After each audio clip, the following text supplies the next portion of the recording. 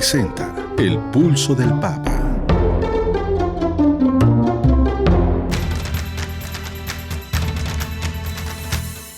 El Pulso del Papa, desde Ciudad del Vaticano.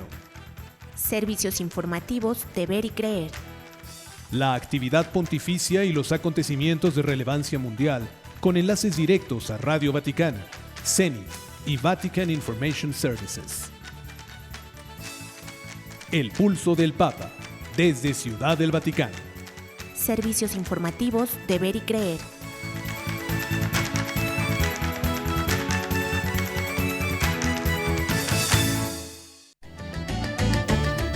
El Papa convoca una jornada de ayuno y oración por la paz en Tierra Santa. La Iglesia es de los pecadores que buscan perdón, afirma el Papa Francisco en liturgia penitencial del Sínodo. Y también insta a los participantes del Sínodo de la Sinodalidad a no imponer su propia agenda. Francisco defiende su deseo de beatificar al rey que abdicó por oponerse al aborto. Además, el Papa exhorta a no encubrir los abusos. Todos serán juzgados y el mal debe salir a la luz. Le diremos los pedidos urgentes de los obispos para Claudia Sheinbaum, la nueva presidenta de México. Diócesis de Florida busca ayudar tras el paso del huracán Helen. Nuestros corazones se unen en oración. Los obispos de México rezan por los afectados por los huracanes en México. Y por último, el gobierno de Colombia responde al pedido de los obispos para descongelar el diálogo con el Ejército de Liberación Nacional. Usted conocerá estas y otras noticias enseguida en los servicios informativos de Ver y Creer. Queridos amigos radioescuchas, como cada semana es un gusto saludarles a través de la radio. Tenemos el gusto de servirle hoy en las voces informativas Marisa O'Farrill y Roberto O'Farrill, junto con Ana Guadalupe Silvestre en la redacción y Miguel Ángel Mejía en la operación técnica. Pues empecemos a conocer el resumen informativo de la semana del Vaticano y Europa. Sea usted bienvenido a la información.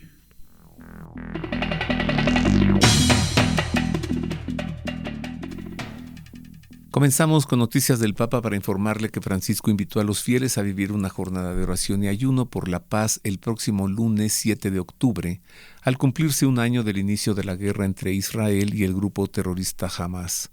Este llamado a la oración por el cese de la guerra en Oriente Próximo lo presentó al término de la misa inaugural de la segunda sesión de la Asamblea del Sínodo de la Sinodalidad, celebrada el pasado miércoles.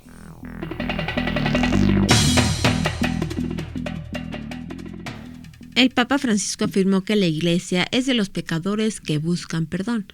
En su reflexión durante la liturgia penitencial previa al inicio de la segunda fase global del Sínodo de la Sinodalidad, estamos aquí como mendigos de la misericordia del Padre. La Iglesia es siempre la Iglesia de los pobres de espíritu y de los pecadores que buscan perdón, y no solo de los justos y de los santos, es más, de los justos y de los santos que se reconocen pobres y pecadores, afirmó el Santo Padre al iniciar su reflexión en la Basílica de San Pedro.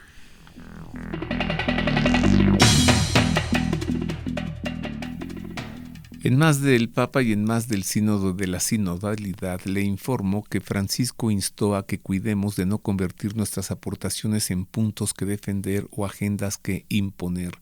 Esto lo dijo a los participantes de la segunda sesión del Sínodo de la Sinodalidad que comenzó el pasado martes 2 de octubre. En el día en que la Iglesia celebró a los santos ángeles custodios, Francisco celebró la misa de inauguración de la segunda sesión de la Asamblea del Sínodo de la Sinodalidad ante los fieles que le escuchaban desde la Plaza de San Pedro del Vaticano.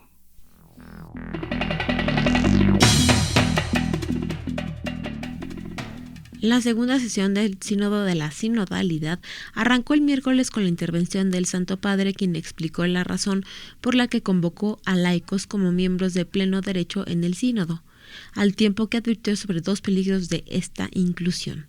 Las mesas redondas volvieron a inundar el interior del aula Paulo VI del Vaticano con motivo de la apertura del Sínodo, que tuvo lugar a las 16 horas, hora de Roma. En esta segunda etapa participan 368 miembros, de los cuales 272 son obispos y hay 96 laicos, consagradas, diáconos y presbíteros.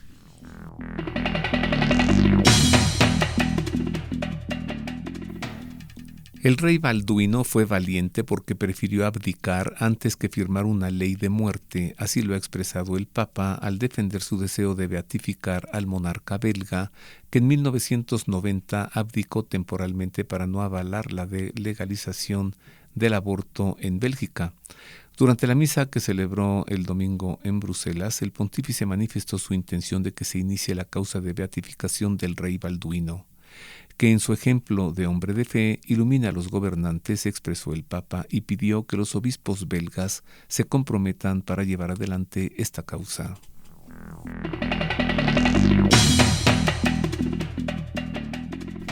El Papa Francisco celebró el pasado domingo la Santa Misa de clausura de su viaje a Bélgica, con el rito de beatificación de la sierva de Dios Ana de Jesús, desde donde advirtió que todos caben en la Iglesia, pero todos serán juzgados, e insistió en la Iglesia Católica: no hay lugar para encubrir los abusos. El Papa Francisco recordó su encuentro con víctimas de abuso de la Iglesia durante su paso por Bélgica e invitó a los fieles a pensar en los pequeños que son escandalizados, golpeados, abusados, de aquellos que deberían cuidarles, a los heridos de dolor, de impotencia, sobre todo en las víctimas, pero también en sus familias y en su comunidad.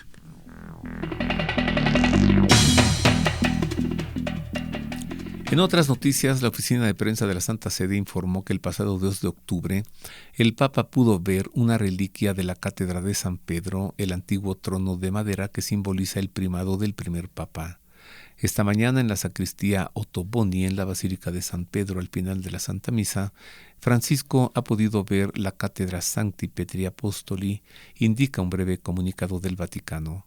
La cátedra, precisa la nota, es el antiguo trono de madera, símbolo del primado de Pedro, extraída durante los trabajos de restauración del monumento de Gian Lorenzo Bernini en el ábside de la basílica dedicada a la sede.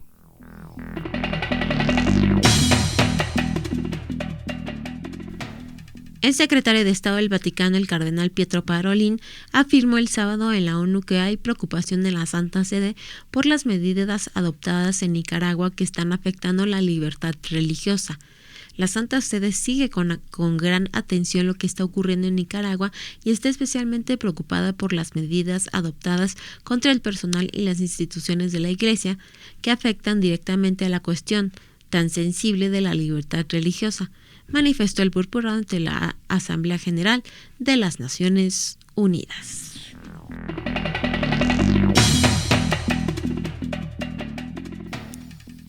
Ignorar las Escrituras es ignorar a Cristo, afirmó el arzobispo australiano que celebró el 30 de septiembre, fiesta de San Jerónimo, la misa en la Basílica de San Pedro en el Vaticano en el marco del retiro previo al Sínodo de la Sinodalidad. Este sínodo es un proceso convocado en la Iglesia Católica por el Papa Francisco, que en octubre de 2024 ingresa a su segunda fase global con una nueva asamblea en el Vaticano, con el tema Por una Iglesia Sinodal, Comunión, Participación y Misión. No podemos ser ignorantes de Cristo, no podemos olvidarnos de Él, mientras discernimos juntos lo que Dios está pidiendo a la Iglesia en este tiempo, subrayó el arzobispo.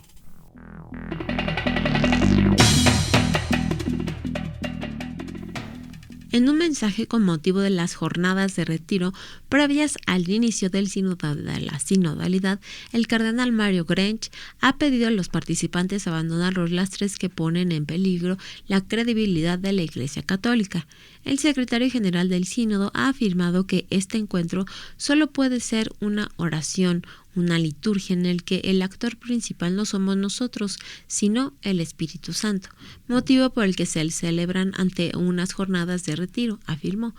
En este sentido ha afirmado: debemos estar dispuestos a despojarnos de nosotros mismos, pues escuchar es una acción radical de expoliación ante el otro y ante Dios.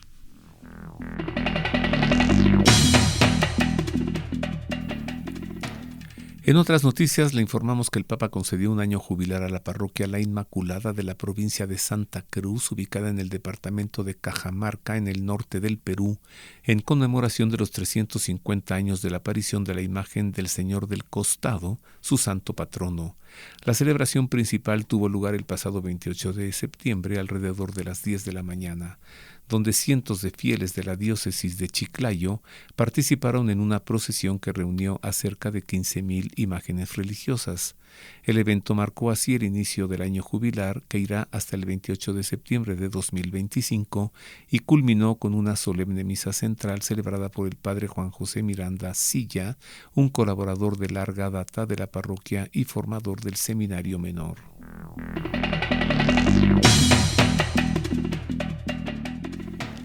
El cardenal Pier Battista Pizzaballa, patriarca latino de Jerusalén, convocó una jornada de oración, ayuno y penitencia el 7 de octubre, fecha en que se cumple un año del atentado terrorista de Hamas en contra de Israel, para frenar el torbellino de violencia y odio nunca antes visto ni experimentado en Tierra Santa. La violencia que se ha cobrado y sigue cobrándose miles de víctimas inocentes también se ha infiltrado en el lenguaje y las acciones políticas y sociales. Ha asestado un golpe terrible al sentimiento común de pertenencia a Tierra Santa, a la conciencia de formar parte de un plan de providencia que nos ha querido aquí para construir juntos su reino de paz y de justicia, y no, por el contrario, para convertirlo en un depósito de odio y desprecio, de rechazo mutuo y de aniquilación, escribió el patriarca en un comunicado publicado.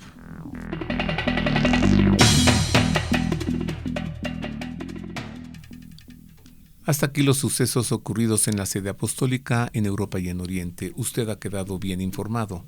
Más adelante le daremos a conocer las noticias de lo que ha sucedido en México y en América. Ahora conozcamos qué es el sínodo de la sinodalidad. El sínodo sobre la sinodalidad, iniciado por el Papa Francisco, es un proceso de escucha y diálogo que comenzó en 2021 con una consulta mediante cuestionarios al pueblo de Dios en cada una de las diócesis del mundo. El sínodo continuó con reuniones de delegados en la Ciudad del Vaticano durante el mes de octubre de 2023 y se espera que concluya tras una segunda reunión en octubre de 2024. El objetivo de este sínodo ha sido debatir sobre los temas extraídos del Sínodo Mundial sobre la Sinodalidad durante 2021 y 2022. Para la primera reunión de la Asamblea General del Sínodo de los Obispos sobre la Sinodalidad en octubre de 2023, el Papa Francisco nombró a más de 450 participantes, un grupo conformado por religiosos, religiosas y laicos de todo el mundo. En una metodología inédita introducida por Francisco, el proceso sinodal comenzó en octubre de 2021 con un fin de semana de reflexiones en el Vaticano. Pero desde ahí irradió a la Iglesia Universal. De octubre de 2021 a agosto de 2022 tuvo lugar la fase diocesana para el trabajo de parroquias y diócesis. Y de octubre de 2022 a marzo de 2023, la fase continental para el trabajo de las conferencias episcopales. Del 4 al 29 de octubre de 2023 se desarrolló en el Vaticano la Asamblea General del Papa, con obispos de todo el mundo. Por primera vez en la historia de los sínodos, las mujeres pudieron votar acerca de los temas tratados. El Instrumentum Laboris que guió los trabajos de los padres sinodales fue publicado el 20 de junio de 2023 y el 7 de julio se publicó el listado de los participantes en la Asamblea de octubre de 2023. La finalidad del Sínodo de la Sinodalidad, según lo expresado por el Papa, es escuchar a toda la Iglesia y encontrar métodos que faciliten llevar a la práctica este concepto de sinodalidad. Pues esto es el sínodo de la sinodalidad. Usted ya lo conoce. Que se está desarrollando nuevamente en Roma. ¿Sabe usted? Hay un problema en nuestro tiempo, es terrible, Marisa.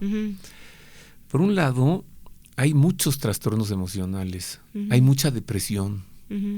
También hay personas que se alteran, Sí. Que se ponen un poco como inquietas, como con brotes, ¿no? Alteraciones emocionales. Y también hay un serio problema creciente de adicciones. Y están creciendo mucho las adicciones al alcohol entre las chicas, Sí. mucho más que entre los jóvenes, ¿eh? Y entonces es un problema serio que se tiene que atender, los trastornos emocionales y las adicciones. Y los padres de familia no saben qué hacer. Nosotros por ahora hacemos una pausa. Al volver voy a tener la entrevista y voy a conversar con la psiquiatra y psicóloga Esther Sorcia. Ella es adictóloga, especialista en adicciones. Y voy a conversar con el doctor Federico Díaz. Él es psiquiatra, experto en trastornos emocionales y en psicosis. Y voy a conversar con el doctor José Díaz, psiquiatra también, experto en trastornos emocionales. Y además le daremos la solución, o sea, qué hacer cuando uno está padeciendo una adicción, una alteración psicótica, una depresión, o qué hacer con un hijo que se encuentra así. Todo esto y más después de esta pausa. Queremos conocer su opinión. Contáctenos en nuestro correo electrónico elpulsodelpapa@vericreer.com. Continuamos en más de los servicios informativos de Ver y Creer. Pasemos a la entrevista. Como le dije, voy a conversar con los doctores José Díaz y Federico Díaz. Ambos son psiquiatras, expertos en trastornos emocionales, expertos en psicosis. Y también voy a conversar con la doctora Esther Sorcia. Ella es psiquiatra, adictóloga, experta pues en adicciones, a quien saludo con afecto. Bienvenida, doctora Sorcia, gracias. Mucho gusto, señor Ferril, gracias. Encantado, bienvenida. Pues gracias por invitarnos a su programa, porque sí hay mucho que hablar sobre el tema. ¿Estoy muy alarmado en vano o no? No, definitivamente no. Ahorita usted empezaba a hacer como la introducción con esto de la salud mental. Y ya no hay salud mental. Desgraciadamente carecemos la población de una salud mental, de un estado de ánimo sano, de pensamientos sanos. Ahorita todo lo que tiene que ver con, si bien el boom es como las adicciones, ya se verá durante el programa, todo lo que son trastornos mentales. Ahora, todos estos están relacionados mucho con las adicciones. Ahorita en el intro usted comentaba 5 años para que llegue a nuestro país en esa forma. Porque, por ejemplo, situaciones como el fentanilo que usted mencionaba, vamos a hablar primero que, bueno, si llega a tener una pregunta, pero hablaré de, digamos, drogas legales, que es tabaco y alcohol, y hablaré de drogas ilegales. ¿De acuerdo? A ver, ¿la marihuana por fin es legal o ilegal en México? En nuestro país todavía como tal no es legal. Es legal para condiciones médicas, pero no realmente para uso recreativo. Sin embargo, y a eso voy. Ya usted decía en Los Ángeles el consumo. Si aquí nos vamos al centro de la ciudad, de hecho ya desgraciadamente hay zonas, ¿no?, donde ya hay permiso para estar consumiendo esa clase de sustancia. No me gustaría hablar mucho de estos detalles porque a veces la sociedad también no entiende que una cosa es hablar de drogas, y otra cosa es enseñar sobre drogas. A veces pareciera que mucho se habla de ellas y en la forma de, a veces, de ingerirse es educar a veces para las drogas. Y no se trata de educar, se trata de prevenir para las drogas. Y si vamos a tener una educación, va a ser a través del daño mismo, el daño que provoca las drogas, tanto a nivel individual, familiar, social. Mire, doctora Sorcia, yo se lo digo por experiencia, la gente de mi edad, de mi generación, todos los que se metieron marihuana, hoy son unos perdedores. O sea, sí provoca un daño. ¿Cuál es el daño que provoca? De entrada, sí, precisamente, todavía hay un mito y una falsedad en que la marihuana, por ser aparentemente de origen natural, que ya el 80% de la marihuana es artificial. Sí, de entrada, ya esta parte natural prácticamente no existe. Ahora, la marihuana, cuando estamos hablando del 80%, es porque ya está sumamente, hay más de 700 tipos de marihuana, cuando la gente cree que marihuana estamos hablando de una sola cosa. A ver, pero que la marihuana es natural, ¿la cerveza también? Pero si va uno con una cerveza caminando por una calle de Los Ángeles, se lo llevan a la cárcel. Pero si va uno drogándose con marihuana, no pasa nada. O sea, no solo está en decadencia la sociedad, también las autoridades, ¿o qué? De hecho, ay, señor Ferriel, pues vamos a empezar por ahí.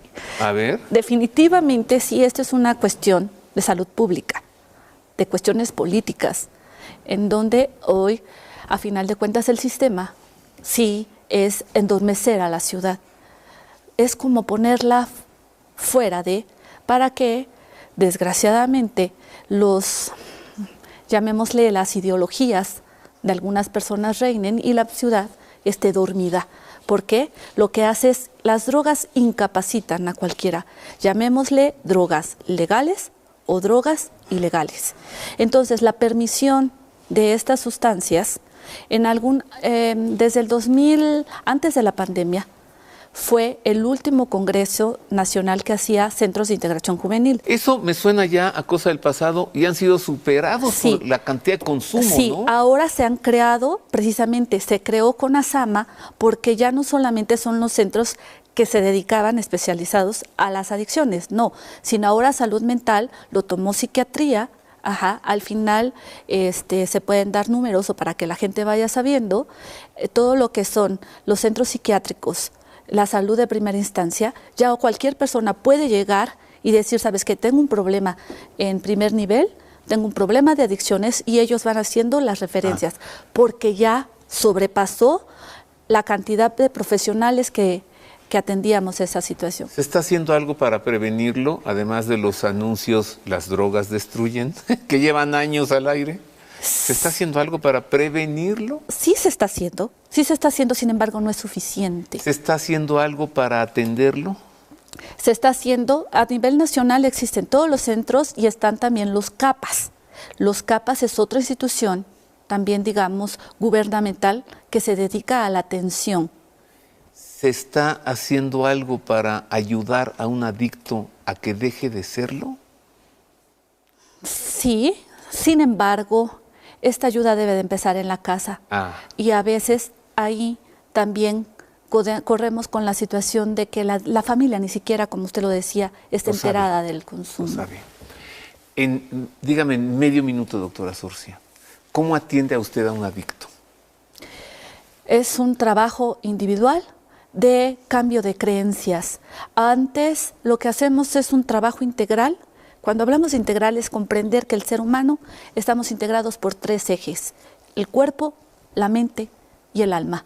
Y entonces el tratamiento tiene que ser en cada una de estas situaciones. Comprender que a veces el organismo está tan dañado que precisamente vamos a necesitar de un apoyo médico, en este caso psiquiátrico, para poder ayudar al paciente. Otra es el cambio mental, que es la parte de la creencia, donde mucho no importa ya el nivel socioeconómico, tanto arriba como abajo, hay una pérdida de sentido. Los pacientes están perdiendo el sentido. O sea, ya no saben ni quién es él. No, o hay mucha también desesperanza. Vamos a empezar a hablar entonces de los trastornos mentales. Los pacientes tienen trastornos de cómo... O sea, una adicción provoca un trastorno mental. Sí, sin embargo... Y un trastorno mental provoca un trastorno del ánimo. Exacto. Ojo, un trastorno mental también puede provocar, o trastorno emocional puede provocar una adicción. O sea, de ambas partes. Un trastorno emocional puede provocar una adicción. No todo es la adicción a alguna sustancia. También cada vez es mayor el número de personas que padecen trastorno bipolar. Para profundizar en esto, recibo ahora con afecto al doctor Federico Díaz. Él es psiquiatra, especialista en trastorno bipolar. También él se desempeña en Clínica Relox. Gracias, doctor Federico Díaz. Muchas gracias por la invitación. ¿Es cierto que está creciendo, o exagere, que cada vez más personas padecen el trastorno, o antes no se conocía y ahora ya se conocía y se puede diagnosticar? Afortunadamente, cada vez se puede diagnosticar más tempranamente. En promedio, antes pasaban 8 años para que una persona después de su primera crisis pidiera ayuda. Y a veces hasta otros 10 años más en que daban el diagnóstico correcto. Entonces, hablamos de que ya son 18, casi 20 años, casi 2 décadas, de que no hay un tratamiento y que la enfermedad evoluciona desfavorablemente. Entonces, efectivamente, estamos más pendientes, o los sistemas de salud están ya más pendientes de diagnosticarlo tempranamente porque el pronóstico es mucho mejor. ¿Se nace con trastorno bipolar? Hay un componente hereditario. Si no tenemos genes que lo favorezcan, no se presenta. Pero es el medio ambiente el que desencadena que los genes se expresen o no. Generalmente situaciones de estrés, muy importante, el no dormir o las situaciones que vivimos en la vida cotidiana, sin duda ya no es la vida tranquila del siglo pasado, ¿no? Hace que esto se desencadene con mayor facilidad, efectivamente. Por ejemplo, la pandemia, la gente encerrada un año. ¿Provocó esto trastorno bipolar en algunos o provocó una crisis en una persona que ya lo tenía, el trastorno, y no sabía que lo tenía? La pandemia desencadenó en general un aumento de los trastornos del estado de ánimo, los trastornos afectivos. Todavía no se logra cuantificar entre este año y el siguiente. Se está apenas recabando la información para tener estadística nacional clara de qué tanto ha aumentado, pero sin duda desencadenó muchos trastornos del estado de ánimo. ¿Qué hacer cuando una persona no sabe que lo tiene y se le puede diagnosticar? O sea, ¿cómo comienza la atención? Bueno, la primera parte debe de ser, y yo agradezco que haya este tipo de programas para difundir información, claro, porque hay mucho estigma. Lamentablemente, en nuestra sociedad señalamos a las personas que tienen trastornos mentales. Entonces, 1 de cada 4 personas en el mundo, en realidad, necesita a veces la atención de un médico psiquiatra, pero no vamos, no lo buscamos. Pero bueno, ya que tenemos la posibilidad de buscar la atención, pues también tenemos que entender que una valoración médica psiquiátrica es como una fotografía, es mucho del momento. Y el trastorno bipolar no se presentan todos los síntomas de inmediato. Entonces hay que estar muy atentos en situaciones particulares.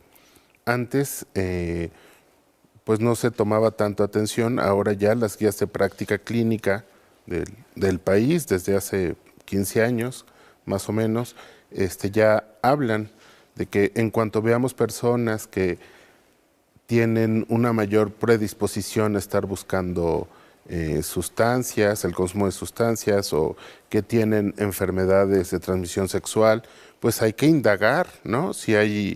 Cómo está el estado de ánimo, e indagar si hay la posibilidad de que tuvieran un trastorno afectivo bipolar. El consumo de sustancias tóxicas puede provocar un trastorno bipolar. Las personas con trastorno bipolar tienen más probabilidades y más tendencia al consumo de sustancias. Y hay diferentes trastornos que están dentro del espectro que predisponen el que haya un aumento de sustancias. Más de la mitad o alrededor de la mitad de las personas con trastorno bipolar tienen comorbilidad con algún tipo de consumo de sustancias. ¿Qué significa comorbilidad? Que se encuentra presente, además del trastorno bipolar, el problema de salud respecto a las adicciones, porque es un problema de salud. O sea, que se juntan 2 o 3 trastornos. Esto Así es. Comorbilidad. Un paciente, una persona que padece el trastorno bipolar, ¿se puede él mismo dar cuenta que lo tiene? ¿O tienen que ser los de su entorno quien pueden percatarse? ¿Y cómo, no? ¿Cuáles son los síntomas?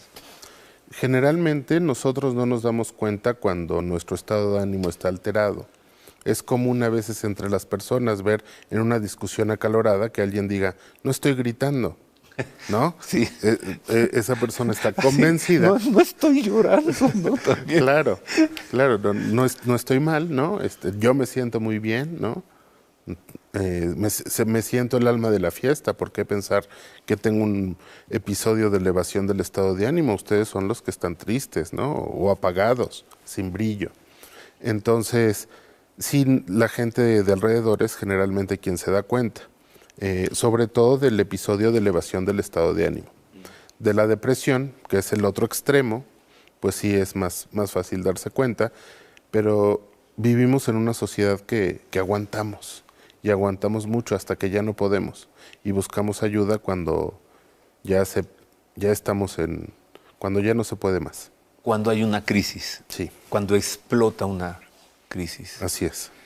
Hablemos de otro trastorno que también se puede vincular con las adicciones y con otros problemas emocionales, y es el trastorno de déficit de atención. Para profundizar en este tema, busqué al doctor José Díaz. Él es psiquiatra también, de los mejores que hay en México, y él es el director general de Clínica Relox. José, bienvenido, muchas gracias. Muchas gracias por la invitación y te agradezco mucho por yo decir que soy el mejor. No, pues no, se sabe, te agradezco. ¿no? Claro. Oye, trastorno de déficit de atención. Como que pues sí, eso le da a los niños que no estudian bien, pero con una pastillita se les quita. Ya no es así, ¿verdad? No, mira, en realidad el trastorno de déficit de atención es un trastorno mental. Es un trastorno mental que se caracteriza por tener cambios precisamente o problemas en la atención y problemas en la actividad que son de manera persistente. Eso es una característica. Es muy importante cuando se hace la historia clínica del paciente y detectamos o detecto que hay un paciente que tiene características o síntomas de déficit de atención, irnos a su infancia y vemos cómo ha sido su evolución, su desarrollo, tanto académico, cómo le va en la vida laboral, en las relaciones de pareja, en la vida social, cómo está su consumo de sustancias, y entonces vemos que hay realmente una gran problemática en su vida, o ha tenido problemas que no le han permitido desarrollar una vida tranquila, plena, a pesar de tener una gran capacidad intelectual y de familia. El trastorno de déficit de atención tiene 3 ramas. El déficit de atención, la hiperactividad y la impulsividad. Eso lo tenemos que valorar a través de test, a través de entrevistas con el paciente y a través hacemos una entrevista específica para saber cómo ha sido su vida actual y cómo fue el pasado. Es importante saber si en la familia también hay otras personas que tienen el déficit de atención, porque la característica es que se puede heredar el déficit de atención. Tiene una parte genética. Oye, una persona con déficit de atención, supongo, debe como sentirse frustrada, ¿no? Realmente puede cursar con frustración, con depresión, con ansiedad, y esta frustración lo lleva a tener, como bien lo mencionabas, una carga muy fuerte de estrés. ¿Y esa persona no sabe lo que le sucede? No. ¿Y los de su familia y los de su entorno tampoco? No se diagnostica, que eso es lo importante, o no se diagnosticaba.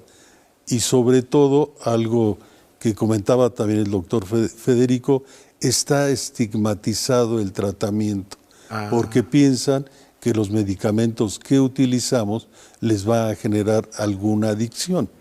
¿Y cómo le vas a dar a mi hijo de 6 años o de 7 años tratamiento? Quedamos entonces de profundizar en estos temas, ¿no? Más adelante, gracias al doctor José Díaz. Muchas gracias. Gracias a la doctora Surcia, gracias al doctor Federico Díaz. Y gracias también a usted, amable público. Espero que esto le sea de utilidad. Mire, si tiene usted una necesidad de atención profesional por parte de estos médicos, le voy a dar donde se encuentran, en la clínica Relox. La clínica Relox se encuentra en la privada de Relox número 30, que está en Chimalistac, por Insurgente Sur. Y le voy a dar el teléfono, anote, le conviene mucho. 55 56 16 35 92. Lo digo una vez más. 55 56 16 35 92. O busca en Google Clínica Relox y ya le aparece. Otra vez el teléfono. 55 56 16 35 92. Clínica Relox. Hago una pausa, regreso con noticias de América y de México y con más. Haga suyo este espacio. Le invitamos a enviar sus sugerencias y opiniones a nuestro correo electrónico elpulsodelpapa@vericreer.com. Continuamos, queridos amigos, ya estamos de regreso en los servicios informativos de Ver y Creer, ahora para darle a conocer las noticias, lo que ha ocurrido en nuestro país, en México y también en nuestro continente, en América. Así que nuevamente sea usted bienvenido a las noticias.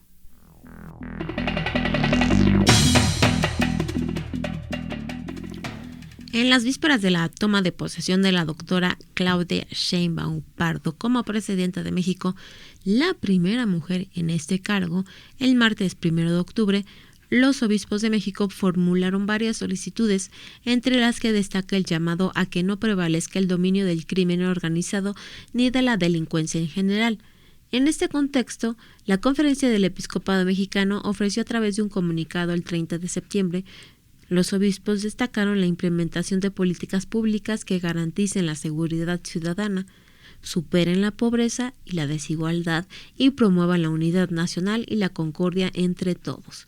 Según los prelados, estas políticas deben ser orientadas a lograr el propósito de la paz social.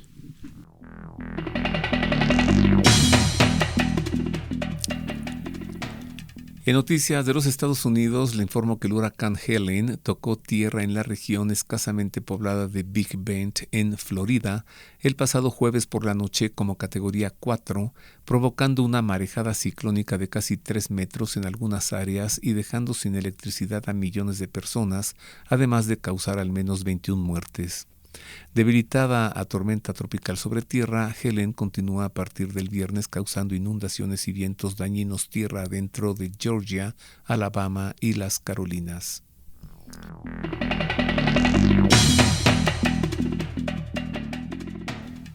Los obispos mexicanos han expresado su solidaridad con quienes sufren las consecuencias de los huracanes que han azotado el país esta semana, afirmando que nuestros corazones se unen en oración, especialmente por aquellos que han perdido sus hogares, sus medios de subsistencia o, lo más doloroso, a sus seres queridos. El huracán John tocó tierra el lunes, impactando principalmente el suroeste de México. Las intensas lluvias provocaron deslaves, resultando en la muerte oficial de al menos 8 personas en Guerrero. En Oaxaca, 3 personas, incluido un niño de 5 años, se ahogaron tras ser arrastrados por los ríos desbordados.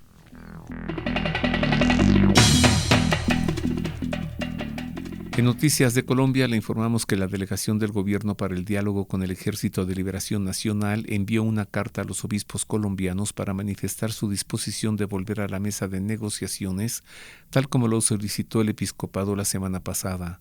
El pasado 23 de septiembre, la Conferencia de Obispos de Colombia expresó su preocupación por la suspensión de los diálogos de paz anunciada por el presidente Gustavo Petro luego del atentado guerrillero contra una guarnición militar en el departamento de Arauca.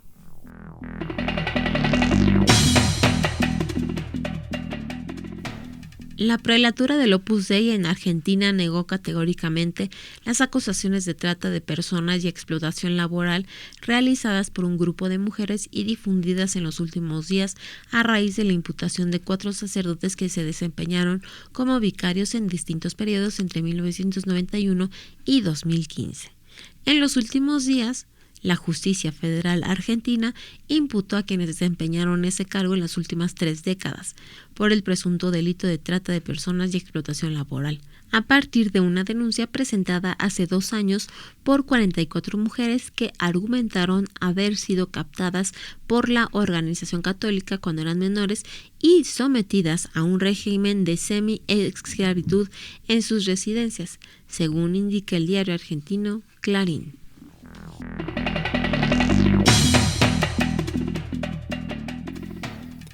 En noticias de Chile le informamos que el arzobispo de Santiago, Monseñor Fernando Chomali, celebró el pasado domingo la procesión y misa en honor de Nuestra Señora del Carmen, patrona de Chile, en la denominada Fiesta de la Esperanza, y centró su mensaje en la importancia de salvar al país, proteger el patrimonio espiritual y respetar la vida humana desde la fecundación hasta la muerte natural. Las actividades llevaron el lema Nuestra Señora del Carmen, enséñanos a orar y anímanos en la esperanza, y comenzaron con una procesión por las calles de la capital, donde numerosas delegaciones de comunidades católicas de Santiago llevaron la imagen de la Virgen, deteniéndose en distintas estaciones para recibir homenajes artísticos preparados para Nuestra Señora la Virgen del Carmen.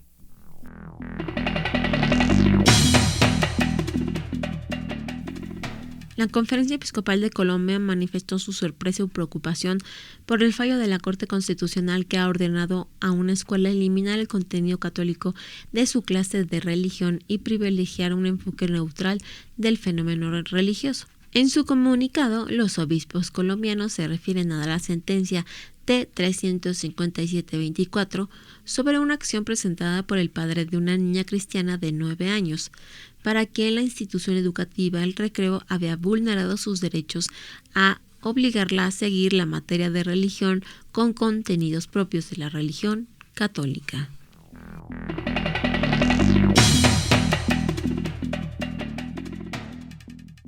En más noticias de Estados Unidos, le informo que tras ser llevado al hospital el pasado miércoles, la iglesia en San Antonio, Texas, pidió oraciones por su arzobispo, Monseñor Gustavo García Siller.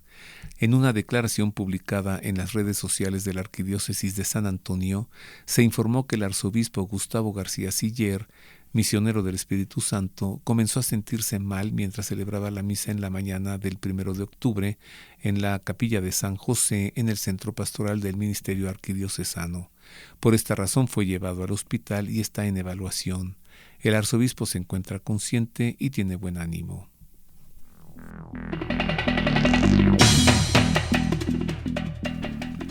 La Conferencia Episcopal Peruana informó que el Papa Francisco ordenó al sodalicio de vida cristiana expulsar a 10 miembros, una medida que causó sorpresa en la Arquidiócesis de Denver en los Estados Unidos, que mantiene un vínculo pastoral con algunos de los sancionados.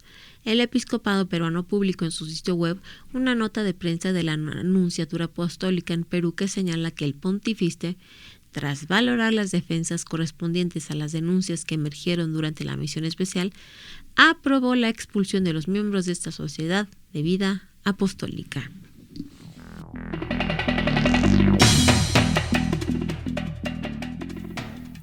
En Más de México le informo que en la Catedral Metropolitana de la Arquidiócesis de México descansan los restos de Agustín Cosme Damián de Iturbide y Aramburu, héroe que consumó la independencia de México. A pesar de que su figura ha sido relegada en la narrativa oficial, su legado sigue presente en este icónico recinto religioso que es la catedral. La Guerra de Independencia de México, que inició el 16 de septiembre de 1810 con el grito de dolores del padre Miguel Hidalgo, culminó un día, como el pasado 27 de septiembre de 1821, con la entrada triunfal del ejército trigarante a la Ciudad de México al mando de Agustín de Iturbide. Conservados en una urna de cristal en una esquina de la capilla dedicada a San Felipe de Jesús, el primer santo mexicano, se encuentran el cráneo y la estructura ósea del emperador de México, Agustín de Iturbide.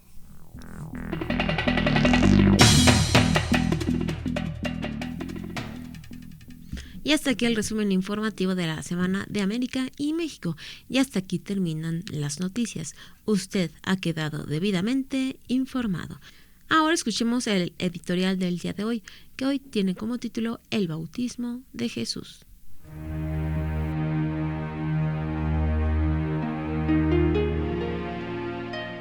El Evangelio de Marcos refiere que por aquellos días vino Jesús desde Nazaret de Galilea y fue bautizado por Juan en el Jordán. Es una narración inquietante porque sabemos que Jesús es libre de pecado, de culpa, y que no requiere de la conversión a la que el bautismo de Juan convoca. Pero el texto nos ubica en una de las escenas más conmovedoras en la vida de Jesús, al ver que se forma en la fila de los que serán bautizados para estar junto a los pecadores, con ellos y con nosotros, para caminar a nuestro lado, para alegrarse o para sufrir con nosotros.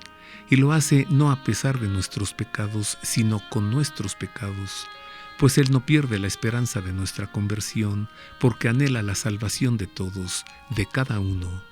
La vivencia que experimentó Jesús en aquel momento alteró su vida enteramente, pues sobrepasó toda revelación de Dios a hombre alguno. En cuanto salió del agua, vio que los cielos se rasgaban y que el Espíritu en forma de paloma bajaba a él. Y se oyó una voz que venía de los cielos: «Tú eres mi Hijo amado, en ti me complazco».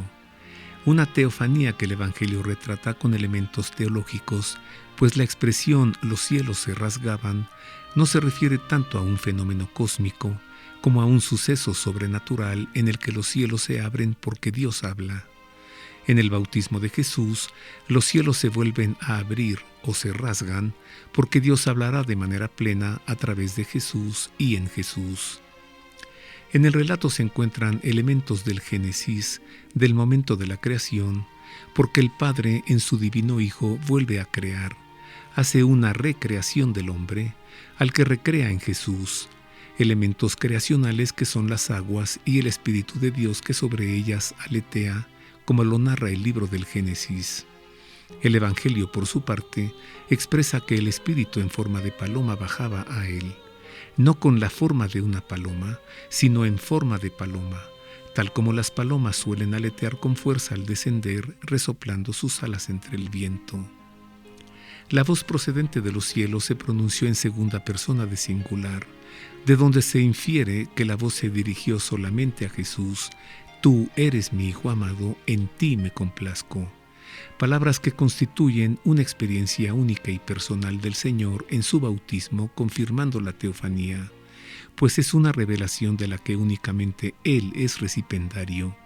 Una experiencia que muestra que su bautismo significó para Jesús un vuelco en su vida, un cambio determinante de una actividad totalmente nueva, pues a partir de esta experiencia que inicia su predicación, se trata de una experiencia viva de Dios, que lo sella hondamente al recibir esa celestial revelación que le hace saber quién es Él: «Tú eres mi Hijo». ¿Conocía Jesús su origen divino? ¿Se lo revelaron su madre y San José? ¿En qué momento conoció su filiación divina? ¿Fue descubriendo gradualmente su identidad mesiánica? Sabemos de los relatos de la infancia y del niño perdido y hallado en el templo referidos por el evangelista Lucas, aunque es indudable que al momento del bautismo fue una nota vibrante de su espíritu la que lo lanza a la búsqueda de sí mismo hasta descubrirse ser el Hijo de Dios. Ninguno de los altos filósofos de Atenas, ninguno de los grandes maestros de la humanidad se proclamó ser Hijo de Dios, y ninguno reclamó divinidad para sí mismo. No así el carpintero de Nazaret, quien afirmó ser Hijo de Dios, comportándose siempre como tal. El bautismo de Jesús nos mueve a considerar que el bautismo de todo cristiano, además de ser el ingreso formal a la comunidad de la Iglesia, esencialmente es el momento en que el Padre nos recibe como hijos suyos. En efecto, por el bautismo quedamos configurados en Cristo como hermanos suyos y en el Padre como hijos, pues Jesús nos ha ganado para Él, para que igualmente en algún momento nos reconozcamos como hijos que somos de Dios, cosa que cambia toda perspectiva de la vida cuando se escucha en el corazón la palabra del Padre que afirma: «Tú eres mi Hijo». La vida se vive de distinta manera sabiéndose hijo de Dios, conociendo que Dios tiene un plan para cada hijo suyo. Sucede entonces, como en Jesús, que en toda vida humana se presenta un giro que define la historia personal, con una diferencia. En tanto que todos somos hijos de Dios, Jesús es el Hijo de Dios.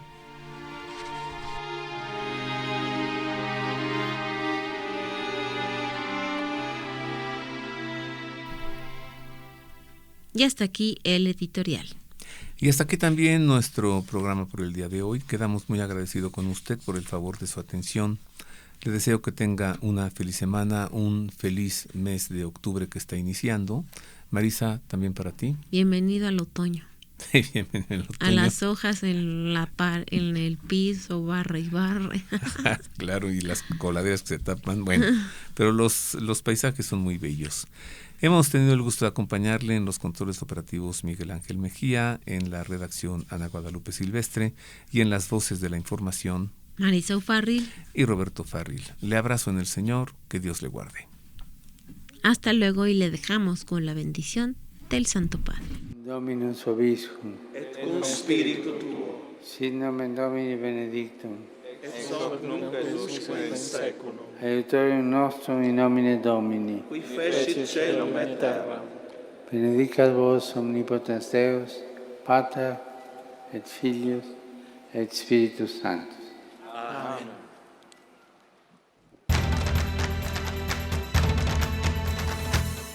El pulso del Papa, desde Ciudad del Vaticano. Servicios informativos de Ver y Creer. La actividad pontificia y los acontecimientos de relevancia mundial, con enlaces directos a Radio Vaticana, Zenith y Vatican Information Services. El pulso del Papa, desde Ciudad del Vaticano. Servicios informativos de Ver y Creer.